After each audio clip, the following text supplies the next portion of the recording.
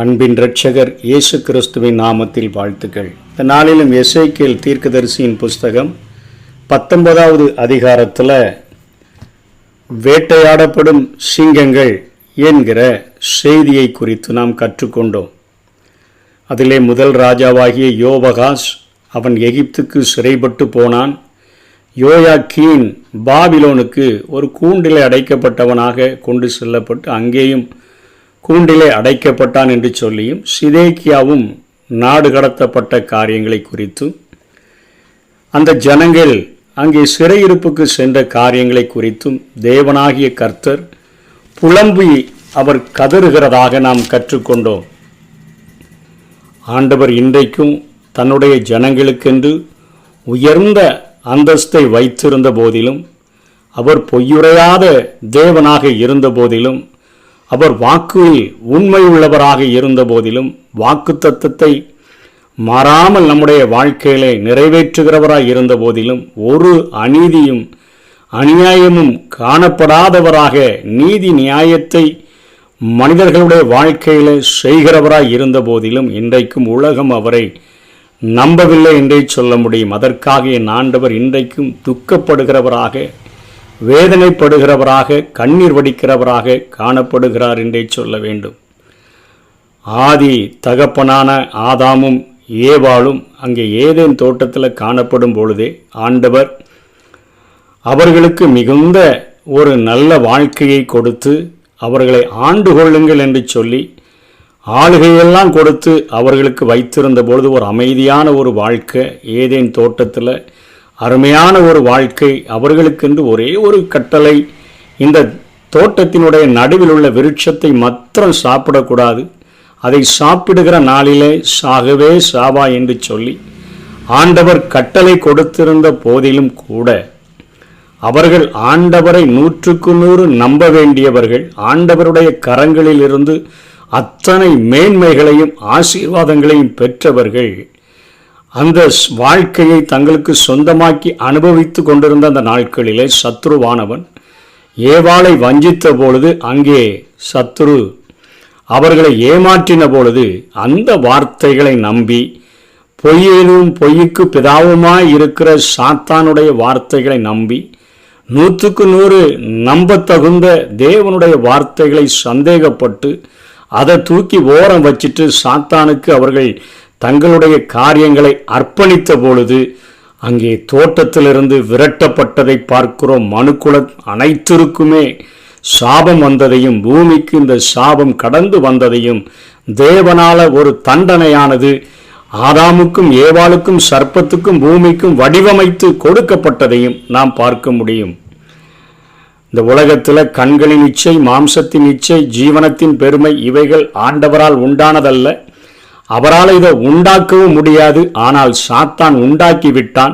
அதற்கான தண்டனையை ஆண்டவர் வடிவமைத்ததற்கு காரணம், அவர்கள் ஆண்டவருடைய வார்த்தைகளை நம்பாம, விசுவாசிக்காம, 100% நம்ப வேண்டியவரை சந்தேகப்பட்டு சாத்தான நம்பினபடினால இப்படிப்பட்ட அந்த ஏதேன் தோட்டத்திலிருந்தே விரட்டப்படக்கூடிய அளவிற்கு அவருடைய வாழ்க்கை பாதிக்கப்பட்டதை பார்க்கிறோம். அதே போலத்தான் இங்கே ஆண்டவர் எகிப்து தேசத்தில் இருந்து அவர்களை அழைத்து வந்து எமோரியர்களுக்கு சொந்தமாக இருந்த அந்த தேசத்தை ஆபிரகாமோடு கூட பேசும்பொழுது 400 வருஷம் இவங்க சிறையிருப்புக்கு செல்வாங்கன்னு சொல்லுகிற போதே ஆண்டவர் சொல்லுகிறார், எமோரியர்களுடைய அக்கிரமம் இன்னும் நிறைவாகவில்லை. எமோரியருக்கு சொந்தமான அந்த தேசத்தை 400 வருடங்கள் அவங்கள வச்சே நான் ரெடி பண்ணி அவர்களுடைய அக்கிரமங்கள் நிறைவாகிற பொழுது பாலும் தேனும் ஓடுகிற தேசமாக மாற்றி என் ஜனங்களுக்காக கொடுப்பேன் என்று சொல்லி ஆண்டவர் அந்த தேசத்தை கொடுத்து அங்கே அநேக வல்லரசான ராஜாக்களை எழும்ப பண்ணி,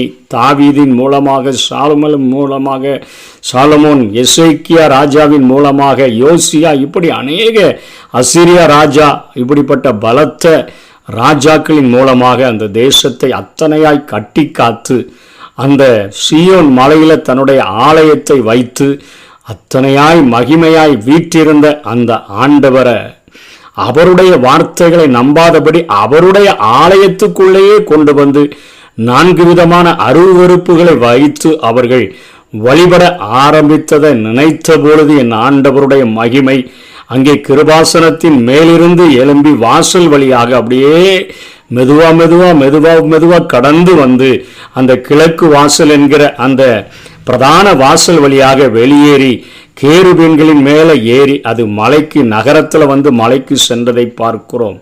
அந்த காரியங்கள் ஆண்டவர் தன்னுடைய ஜனங்கள் இத்தனையான மகிமையான வாழ்க்கையை தன்னை நம்பாமல் போய்விட்டார்களே, 100க்கு 100 அவர்களுக்கு நான் எவ்வளவு உண்மையாயிருந்தேன், அவர்களுடைய காரியங்களில் நான் எத்தனை அக்கறை செலுத்துகிறவராக நான் இருந்தேன். ஆனாலும் என்ன நம்பாம இவர்கள் அந்நிய தெய்வர்களை நம்பி உள்ள கொண்டு வைத்து அவர்களை வழிபட ஆரம்பித்து விட்டார்களே என்கிற மிகுந்த ஒரு தயக்கத்தோடு கூட அந்த எருசலேமினுடைய நகரத்தை விட்டு அந்த மகிமையானது மலைக்கு சென்றதை நாம் பார்க்க முடியும். ஆண்டவர் ஏன் திரும்ப எரேமியாவை கொண்டு அங்கே யூதாவில் இருக்கக்கூடிய ஜனங்கள் மீதமுள்ள ஜனங்களிடத்திலும் எசேக்கியலை கொண்டு பாபிலோனில் இருக்கிற ஜனங்களிடத்திலும் ஏன் பேசுகிறார்? திரும்ப பேசுகிறார். அவர்களுடைய பாவமாகிய அந்த அவிசுவாசத்தை அவர்கள் அறிக்கையிட்டு அவர்கள் மீண்டும் ஆண்டவருடைய வார்த்தைகளை நம்பி அவர்களிடத்தில் வந்துவிட்டா இந்த எருசலேமை சுட்டரிக்கப்படாமல் நான் காக்க முடியுமே என்று சொல்லி அவர் ஒவ்வொரு நாளும் எசேக்கியலின் மூலமாக எரேமியாவின் மூலமாக தன்னுடைய இருதயத்தினுடைய ஏக்கங்கள் பாரங்களை சொல்லிக்கொண்டு வந்த போதிலும் கூட அவர்கள் கடுகளவு கேட்பதற்கும் செவி சாய்ப்பதற்கும் கீழ்ப்படிகிறதற்கும் மனமில்லாம அவிசுவாசத்தினால நிரப்பப்பட்டு விட்டார்கள். பொய்யான தீர்க்க தரிசனம் சொல்லுகிற உலகத்தின் தீர்க்க தரிசிகளை நம்பி கர்த்தருடைய வார்த்தைகளை சொல்லுகிற தீர்க்க தரிசிகளை அவர்கள் நம்பாம போய்விட்டதை பார்க்கும் பொழுதுதான் என் ஆண்டவர் இந்த அதிகாரத்தில் அவர் புலம்புகிறார். தேவனாகிய கர்த்தர் புலம்புகிறதை பார்க்கிறோம்.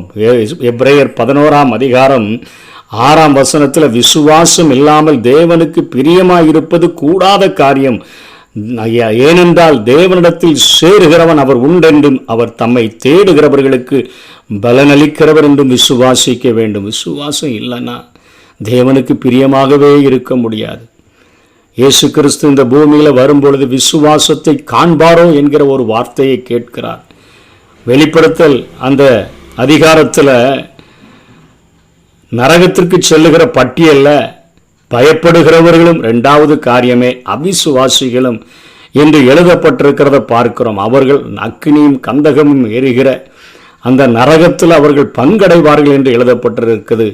ஆண்டவருடைய வார்த்தைகள் 100க்கு 100 வாக்குத்தத்தங்கள் எல்லாம் இயேசு கிறிஸ்துவுக்குள் ஆம் என்றும் ஆமேன் என்றும் இருக்குது. நம்முடைய வாழ்க்கையில் நம்ம புரிந்து கொள்ளுகிற அளவிற்கு அநேக சம்பவங்களை எழுதி ஆண்டவர் நம்முடைய வாழ்க்கையை நானோ அவைகளுக்கு ஜீவன் உண்டாயிருக்கவும் பரிபூரணப்படவும் வந்தேன் என்று சொல்லி இந்த வேதத்தை நம்முடைய கைகளில் தந்த போதிலும் கூட நம்ம திருடவும் கொல்லவும் அழிக்கவும் வந்தவனுடைய வார்த்தைகளை நம்பி அவனால் உண்டாக்கப்பட்ட சிற்றின்பங்களின் மேலே நாம் நாட்டமுடையவர்களாக சென்று ஆண்டவருக்கு கோபமூட்டுகிறவர்களாக காணப்படுகிற சந்ததியாய் நாம் வாழ்கிறபடியினால எப்படி சவுலினால ராஜ்ய வம்சம் தொடங்கப்பட்டு சிதேக்கியாவினால முடிவுற்று அந்த எருசலேம் சுட்டரிக்கப்பட்டு அழிவுக்கு நேராக கடந்து சென்றதோ அதே போல அவிசுவாசத்தில் நாமும் நிலைத்திருந்தோம் என்று சொன்னால் நம்முடைய தனிப்பட்ட வாழ்க்கையும் அழிக்கப்பட்டு விடும்.